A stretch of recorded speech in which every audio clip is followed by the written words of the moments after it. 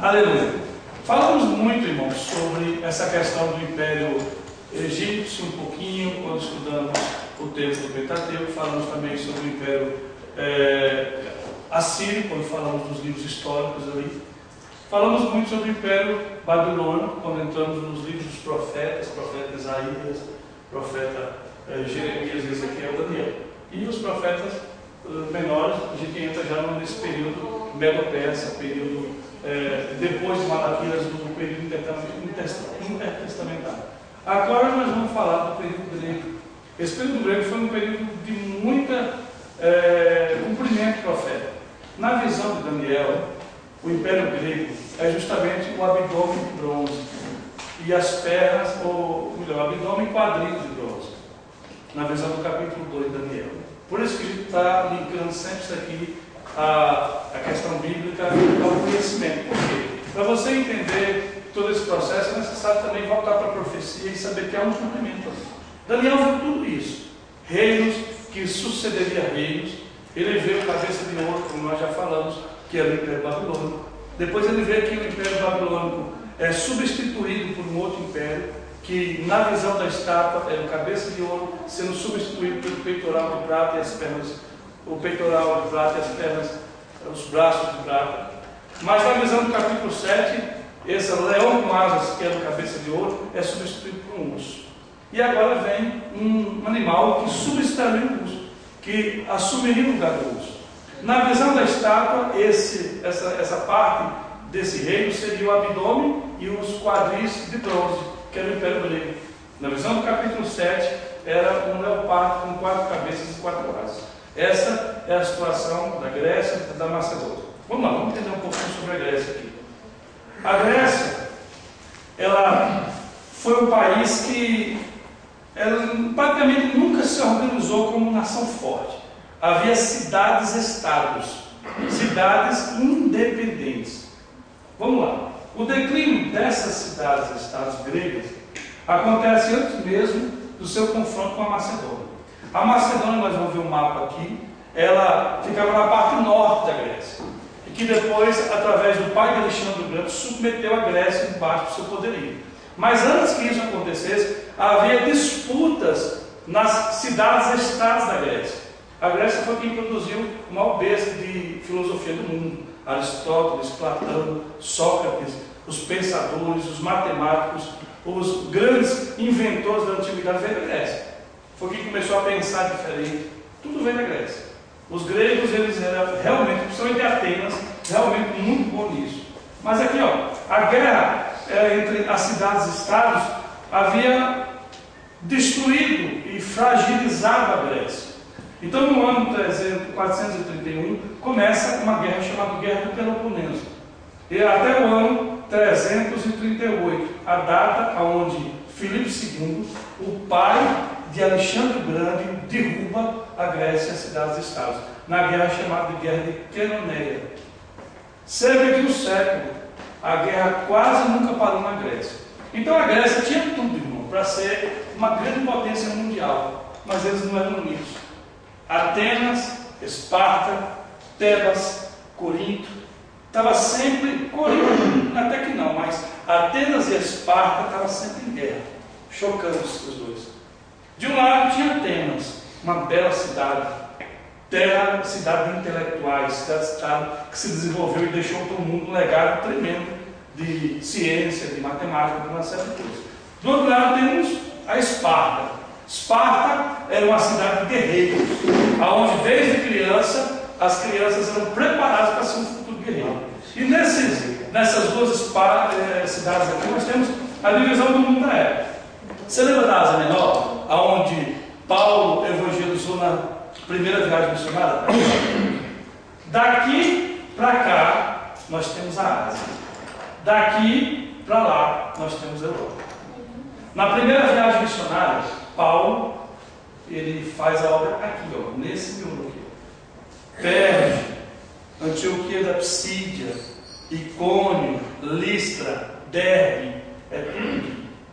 Aqui é onde João escreve as suas 7 cartas. A carta de Éfeso, Esmirna, Sardes, Pérgamo, Tiatira, Filadélfia e Laodiceia. A ilha de Patmos ficava mais ou menos aqui acima. E aqui se desenvolve todo o processo, não, perdão, do mundo bíblico. Do outro lado do Mar Egeu estava a Grécia. País pequeno, mas que havia cidades que influenciou muito o mundo. De um lado nós temos Atenas. Atenas era uma cidade, um estado democrático, uma potência marítima. Foi em Atenas que iniciou a democracia, que é esse governo do povo. Atenas era tão bem organizada que cada cidadão podia se candidatar a assumir um posto em Atenas uma vez em um ano. Em um ano, um cidadão comum podia ser um general, no outro ano ele podia ser um soldado. Era uma democracia e isso só funcionava em Atenas, porque lá todos os cidadãos tinham compromisso em manter a cidade bem organizada. Os grandes pensadores, a medicina se desenvolveu muito em Atenas. De contrapartida, nós temos uma outra cidade na Grécia, chamada Esparta. Era um estado de oligarquia, oligárquico. Ao passo que Atenas era um estado democrático, era uma cidade democrática, Esparta era oligarquia. E o que era um estado oligárquico? Onde quem comandava eram famílias ou grupos donos de terra. E isso trazia muito desconforto para a população, que cada dia se tornava mais pobre, mas era submetido por grandes proprietários de terra. Então, de um lado nós temos Atenas de uma forma de governo, e do outro nós temos Esparta de outra forma de governo. Só que Atenas era uma potência marítima. Esparta era um exército aguerrido, ao passo que um investia na questão intelectual, o outro investia na guerra.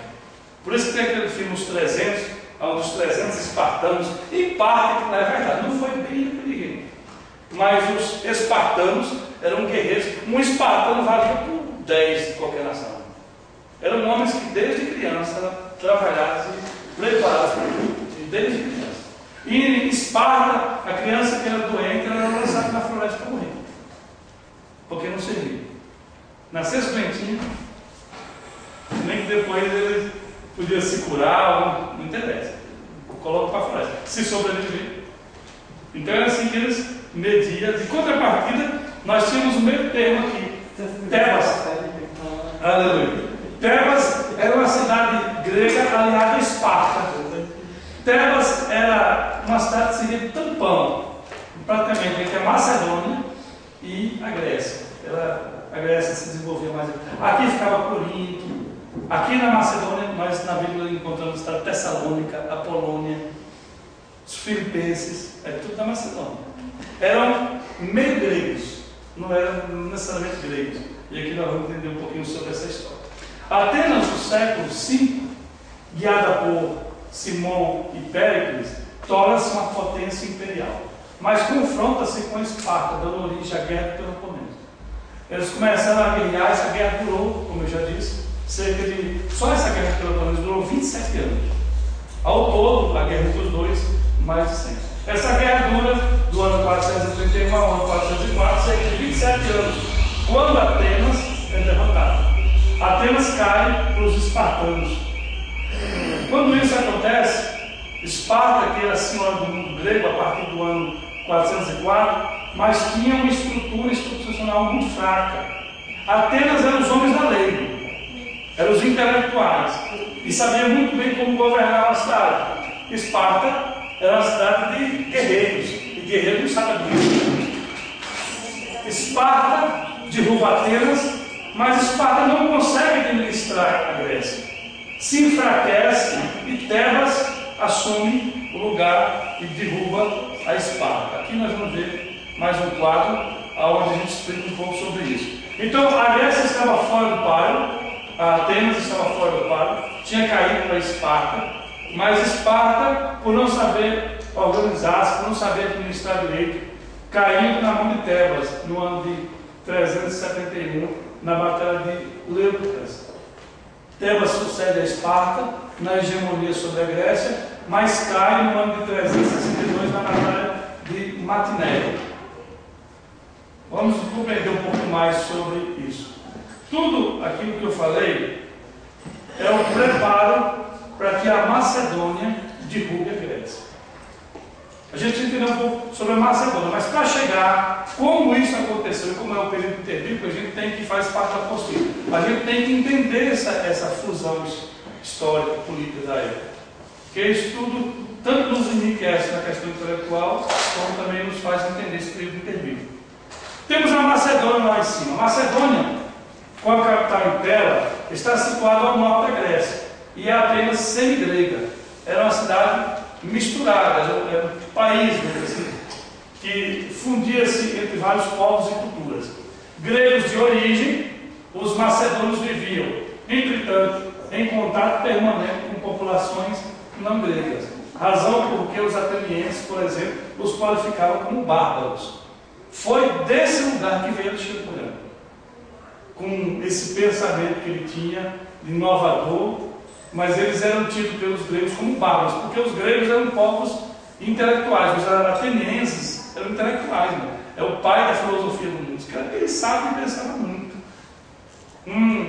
Ateniense, ele se destacava entre os homens demais por a sua cultura, a sua sabedoria. Imagine em um estado, uma cidade onde um cidadão comum podia ser general em um ano e no outro um soldado, um defensor público. Então todos estavam preparados para assumir quase todas as funções da Grécia. Então com isso produziu um povo muito preparado na questão intelectual. E foi o povo que mais contribuiu para o desenvolvimento intelectual do mundo. Esse povo grego, os gregos foram tão fortes que quando Roma derrubou a Grécia e assumiu a hegemonia do mundo, Roma copiou tudo que a Grécia tinha. O Novo Testamento foi escrito praticamente todo em grego. Por quê? A linguagem grega já era dita em todo o mundo, de tão bons que eles eram. Há vários tipos de grego. Tem o grego koiné, que era o que o povo falava, e o grego clássico. O grego foi uma língua inventada para intelectual, para a ciência. A ciência, na questão do grego clássico, era para difundir poemas, coisas de ciência, e eles necessariamente não eram como a nossa língua, que se difere das demais. Ou uma palavra tem vários sentidos no grego. Uma língua específica. Uma língua para dizer necessariamente o que você quer dizer. E não o que você acha, não dá sombra de dúvida. E foi nesse contexto que Jesus, eu acredito, que preparou o mundo para que o Novo Testamento fosse escrito. O Novo Testamento ele veio praticamente todo em grego. Aqui, da Macedônia arcaica, quase nada sabemos. Mas segundo o padrão conhecido dos dórios primitivos, os macedônios deveriam formar tribos de pastores parcialmente nômades, cada uma chefiada por um rei. Cada tribo tinha um rei, esse rei também era o seu líder guerreiro religioso. Havia um conselho de anciãos e uma assembleia. Com o tempo, as tribos elas acabavam entrando em conflito uma com a outra e acabavam controlando umas às outras.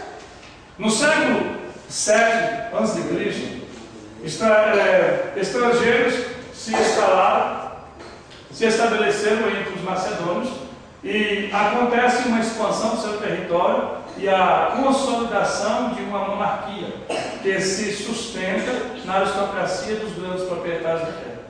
A partir do contato e das alianças com a Pérsia, sob as pressões do persa Dário, o Estado macedônico absorve instituições políticas e militares do grande Império Oriental e se fortalece progressivamente até a época de Filipe II, que era o pai de Alexandre o Grande, Alexandre Magno.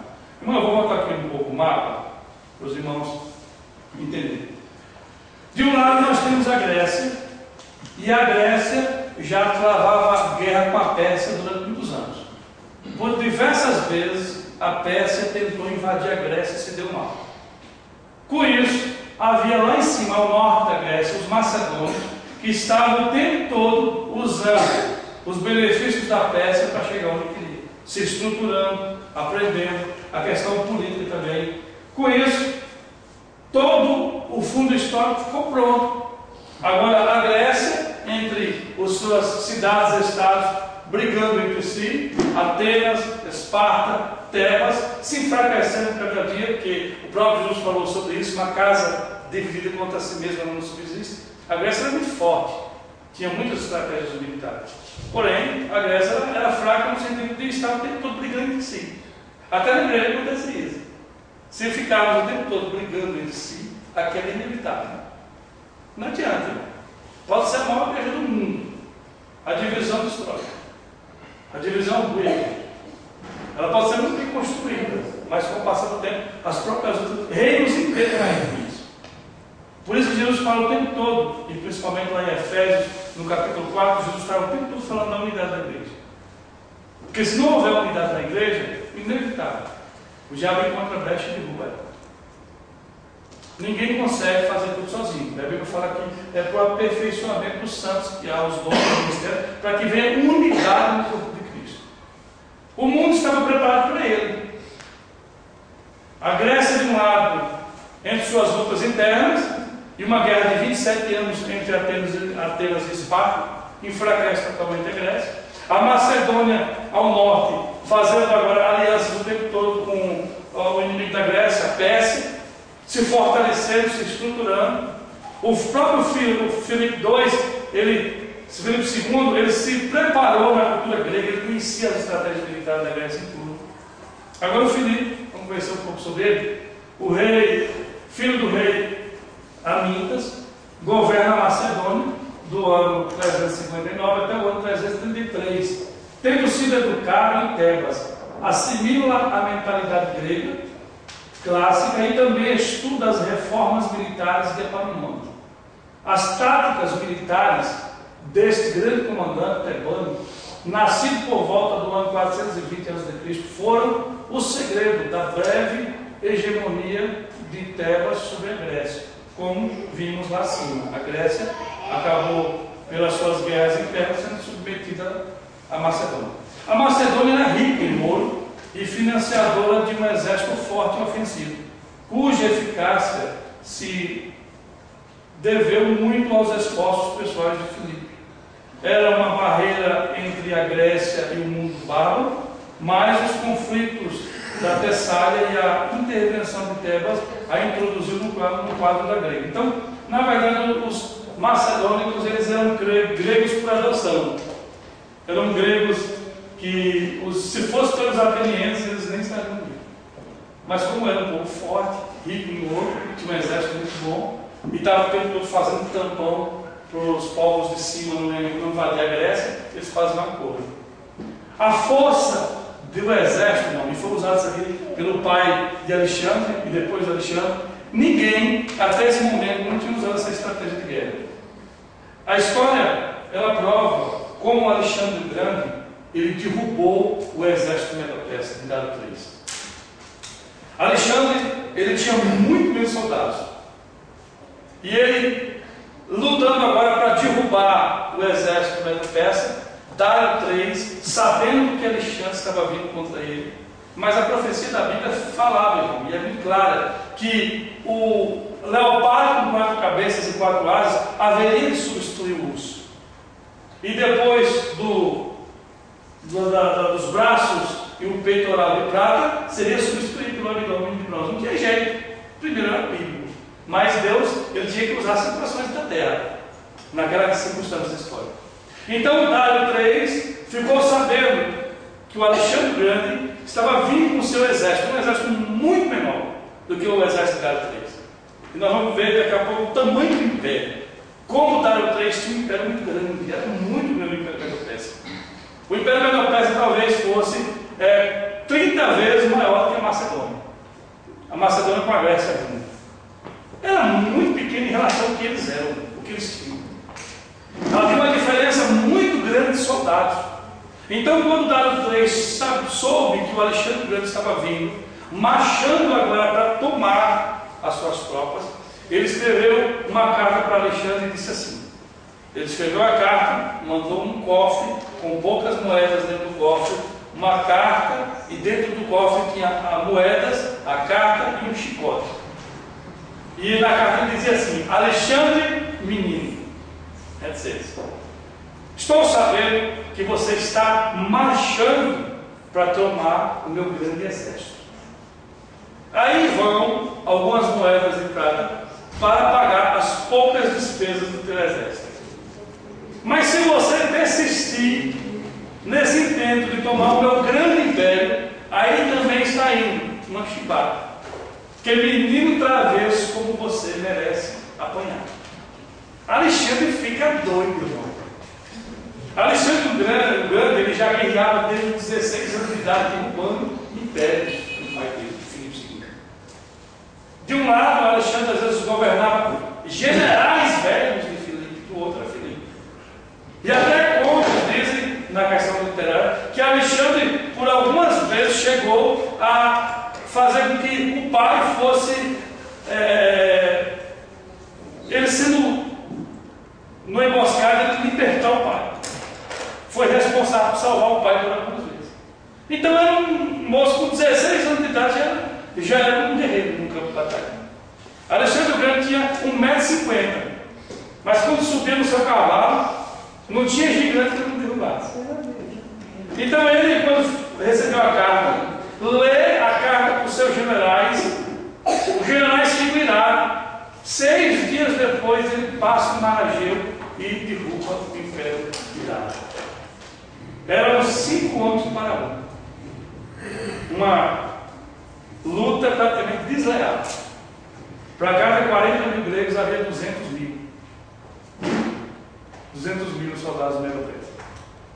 E um dos grandes segredos desse sucesso que Alexandre começa com seu pai. O rei Filipe era um grande estrategista militar. E ele começa, agora pegou a forma dos tebanos de ir para a guerra e adaptou e preparou, mais do que já havia, a falange. A falange tebana, que é adaptada para fins ofensivos, torna-se o principal instrumento de suas vitórias e das vitórias do Alexandre Magno. Imagine você brincando com uma criança. Criança vem, você coloca a mão na cabeça dela e não lhe alcança. É assim que a falange ia. Com lanças com 5 metros, entrava no campo de batalha, rasga uns 5, 6 homens no meio. Ninguém segurava. A falange lutava como um só homem, enquanto uns golpeavam, os outros fechavam o espaço. Era tão bem treinada que uma falange com 200 homens ganhava qualquer guerra, qualquer exército pequeno. Porque eles eram muito treinados. Eles já observaram muitas técnicas de Tebas, estratégias militares, conheciam o sistema da Pérsia, porque Filipe já estava observando a Pérsia há muito tempo, fazia aliança com ele. Observou a forma dos atenienses de inteligência de pensar, a forma dos espartanos de guerrear. Aí eles sabiam fazer isso. Com isso, eles começa com Filipe, mas Alexandre Grande forma o melhor exército do mundo naquela época, derrubando nações até a Índia. Nós vamos ver aqui. Filipe II criou a infantaria. Isso naquela época, meu irmão, olha a ideia dos caras. Cerca de 300 anos antes de Cristo. Infantaria média, formada de macedônios e de mercenários ligeiramente armados, arqueiros, cavalaria e cavalaria ligeira empregada para reconhecimento, tropa especialmente preparadas com meios adequados para o cerco e, por fim, até uma guarda real ele tinha, tirado da infantaria. Ele queria também um exército militar obrigatório e profissionalismo no exército. Ou seja, a pessoa entrava no exército para ganhar por aqui e vir daqui. Isso tudo naquela época. Por isso que esses governos acabam deixando muita coisa na questão cultural, social, filosófica, porque os caras, eles sabiam o que fazer, eles estudavam. Eu não sei se os irmãos sabem, mas um dos professores de Alexandre Grande, até os 14 anos de idade, foi Aristóteles, o maior filósofo da universidade dele. Então era um homem muito preparado, não era um bicho bruto de guerra só. Alexandre Grande tinha uma visão, tem esses documentários que a gente tem aqui, depois é bom você trazer para você entender um pouco, porque de fato é o período interbíblico. A questão espiritual do Novo Testamento vem depois dos Evangelhos. Mas Alexandre Grande tinha uma visão tão tremenda da batalha que ele organizava exércitos em poucos minutos. Quando ele era submetido a um exército muito maior que o dele, e nós vamos ver isso quando ele derruba a Índia, em poucos minutos, mais ou menos, ele conseguia montar o exército e derrubar aquele outro de uma forma como quase ninguém conseguia fazer. Por isso que ele era muito respeitado. De um lado nós temos aqui a Macedônia, governando o mundo. Aqui nós vemos aleluia, no ano de 338 a.C., a batalha de Queroneia, a Grécia passa a ser dominada pela Macedônia. Foi um preparo. Agora Filipe II, que foi um excelente estrategista e um tático militar tremendo, homem de Estado e negociador perigoso. Esse camarada também era muito perigoso, tanto na corrupção, mentira, fraqueza, divisão. Ele era amoroso com uns e terrível com outros, para chegar onde ele queria. Ele não era só um guerreiro, não era só um estrategista militar, ele era um político, era um homem que jogava muito bem. E por isso promoveu em que a Macedônia unisse toda a Grécia. E unindo a Grécia, preparou o caminho para que Alexandre o Grande pudesse dominar. A unidade da Grécia podia ser concedida de muitas formas. Uma baseada na democracia da cidade e levando a resistência a um imperialismo. Outra aceitando esse imperialismo e constituindo-se de uma variedade de esse nome quase eu não falo, quando eu estava estudando, colaboracionismo. Outras por concepções utópicas, políticas e históricas, de algo teomoral, mas não menos perigosos para a independência e a liberdade dos cidadãos. Isso tudo está na apostila, irmão. Por isso que eu estou até refrisando aqui. Filipe II instituiu em Corinto uma liga helênica permanente, onde ele dizia que todas as cidades participassem, menos a Esparta. Esparta era terrível. Esparta não queria saber de união com ninguém. Os guerreiros espartanos eram carne de pescoço. Em caso de guerra, ele seria o comandante dessa liga de muitas cidades da Grécia inteira, fora Esparta. Essa unidade nasce da Grécia, nascida na Grécia, que nasce na Grécia, ela se consolida com o intuito de derrubar o poder persa. Aqui nós temos também, diante desse projeto macedônio, é importante que se verifique como está a Pérsia. A Pérsia, no século IV, estava se degenerando. A Pérsia foi o maior império, um dos maiores impérios do mundo antigo. Acho que a Pérsia é a Mongólia, o Império Mongol. Mas a Pérsia, não, ela foi maior que Alexandre o Grande, né? E 4 vezes maior que o Império Romano no seu apogeu. Então os camaradas eram muito grandes, era um império muito grande. E com isso, a Pérsia, depois de Ciro, veio Dário, depois de Dário, nessa época aqui, muitos tinham se passado, e havia um nome chamado Dário III, que ele, aqui já no final, a Pérsia já estava totalmente debilitada, e fica fácil, não tão fácil, mas as tropas da Macedônia, que é Macedônia e Grécia, ao Império da Pérsia, olha o tamanho da criança. Derrubar o Império desse tamanho não era fácil. Era muita gente. Era muitos guerreiros, muitos lugares, muitas cidades, mas aqui ele consegue derrubar Dário III, que é conhecido como o imperador que perdeu a Pérsia para Alexandre. Tem um documentário muito bom sobre o Deus da Guerra, o Alexandre, e é bom vocês assistirem. Aleluia. A imensa riqueza que a Pérsia acumulou nas invasões da Babilônia, do mundo da época, ela usava muito para corromper adversários. Entretanto, nada disso adiantou. Dário III, Clodomano, o último rei da Pérsia, sobe ao poder no ano 336, e foi no mesmo ano, irmão, que Alexandre o Grande tomou o poder da Macedônia. O pai dele morre, é assassinado, e Alexandre o Grande ele substitui o pai. Há quem diga que foi o próprio Alexandre que matou o pai, porque o pai de Alexandre ele tinha se casado com a esposa, uma sobrinha do seu general, e Alexandre o Grande era filho de pai macedônio e de mãe de outro país, então ele não era macedônio legítimo.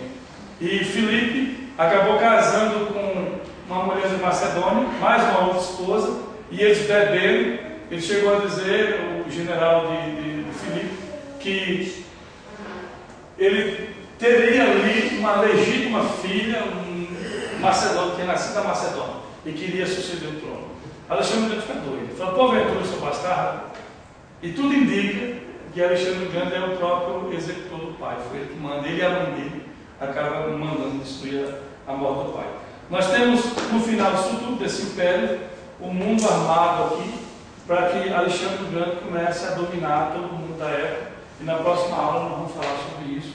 E antes de fecharmos aqui, eu quero as perguntas. Cadê as dúvidas? Vou falar de Xarabachai, daqui a pouco você pula isso. Aleluia. É necessário, irmão. Estudos como esse, a gente muitas vezes fica só no rasinho ali e não entra. E acaba o estudo ficando aquele estudo muito fraco. A gente precisa entrar um pouco mais e principalmente nessa área política, histórica, para a gente entender o mundo que Jesus enfrentou.